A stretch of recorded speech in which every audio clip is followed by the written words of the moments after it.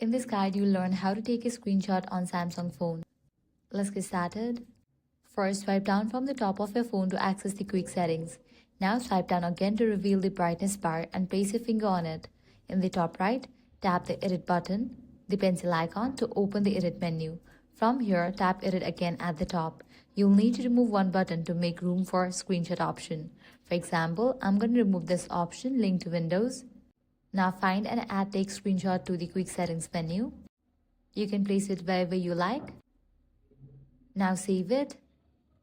Now to take a screenshot, simply drag down to the quick settings, find the take screenshot button and tap it. The screen will flash and the screenshot will be saved to your gallery.